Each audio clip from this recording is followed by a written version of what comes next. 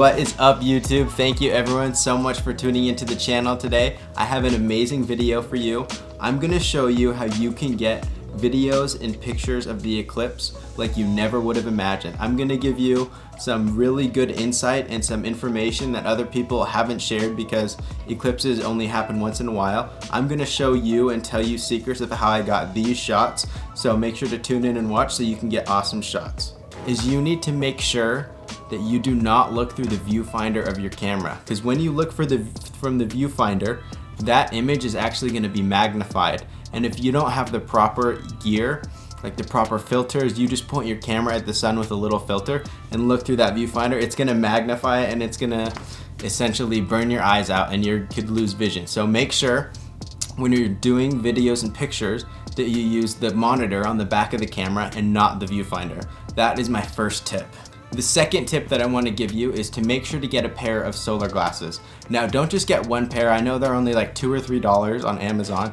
Make sure to order like 4 or 5 of them, because when you're taking pictures, you're going to put one in your pocket, you're going to put one in your camera bag, you're going to lose one of them are going to break. They're just these little cardboard and plastic things, and they're not very durable at all. They're not like real sunglasses. So make sure that you have enough pairs and make sure that you have those, because when you're taking pictures of the sun, you need to look away from your camera, you need to look at the surroundings so that you can kind of gauge. And so if you have a pair of those solar glasses, it'll really help.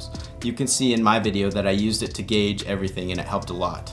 The third piece of advice that I want to give to you is to make sure that you have a proper solar filter. So this is a UV filter and this is a solar filter. Always want to have a solar filter. We bought this one. It's a Tiffin 95 16 stop, and it's perfect for what we're doing. This is an ND filter. It's a variable ND, and it's not very good. This is another variable ND that goes from I think 2 to 1000. The ND kind of changes, but it really isn't enough. So what you need to do is you need to not use a variable ND filter, an actual solar filter. Now, if you look at the difference on these filters, this is an ND and this is the solar, you cannot see anything coming through. You can see the reflection of my light, but you cannot see any light that actually comes through there.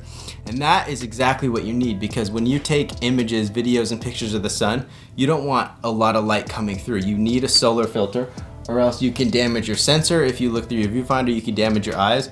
So make sure that you have the proper filter for this. Also, one more thing to note, if you want to get the best videos, don't get one of these box filters.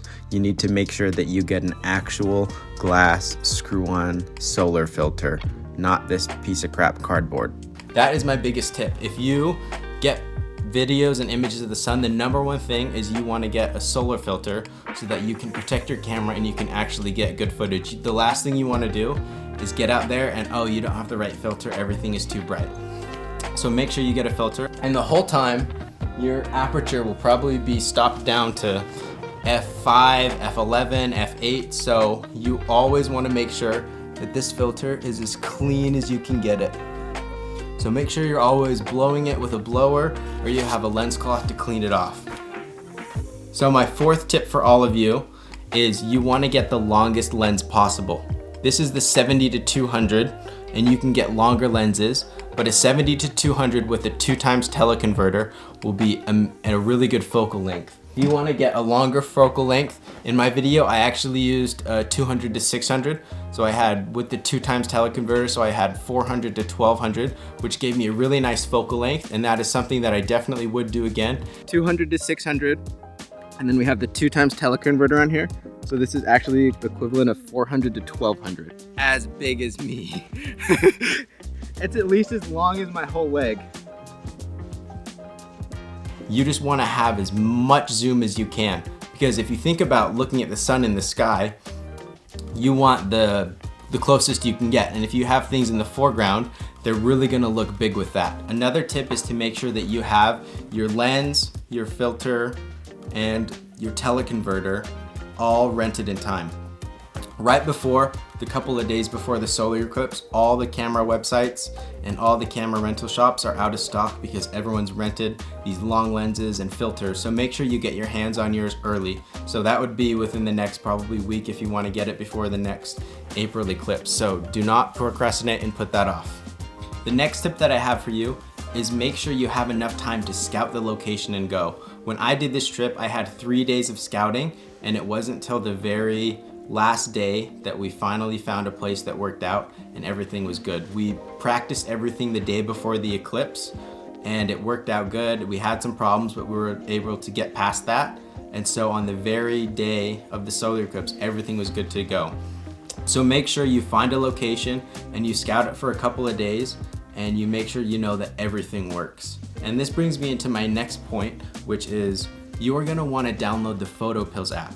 So the PhotoPills app is really cool because it has this AR augmented reality thing where you can actually look at the sky and you can see exactly where the sun is gonna be. So you can point your camera up at the sky, up at the composition, and you can change the time and you coordinate the time with where the solar eclipse will be and you make sure that that composition will work. So that's another really good thing, is to download the PhotoPills app and just scout out in the sky where the eclipse is gonna be and what your composition is gonna be so you know that you're ready. So that is another really good thing to do, is to get your location ready and scout it and use the PhotoPills app to dial everything in. The next thing that I wanna say when filming the solar eclipse is it moves really quick.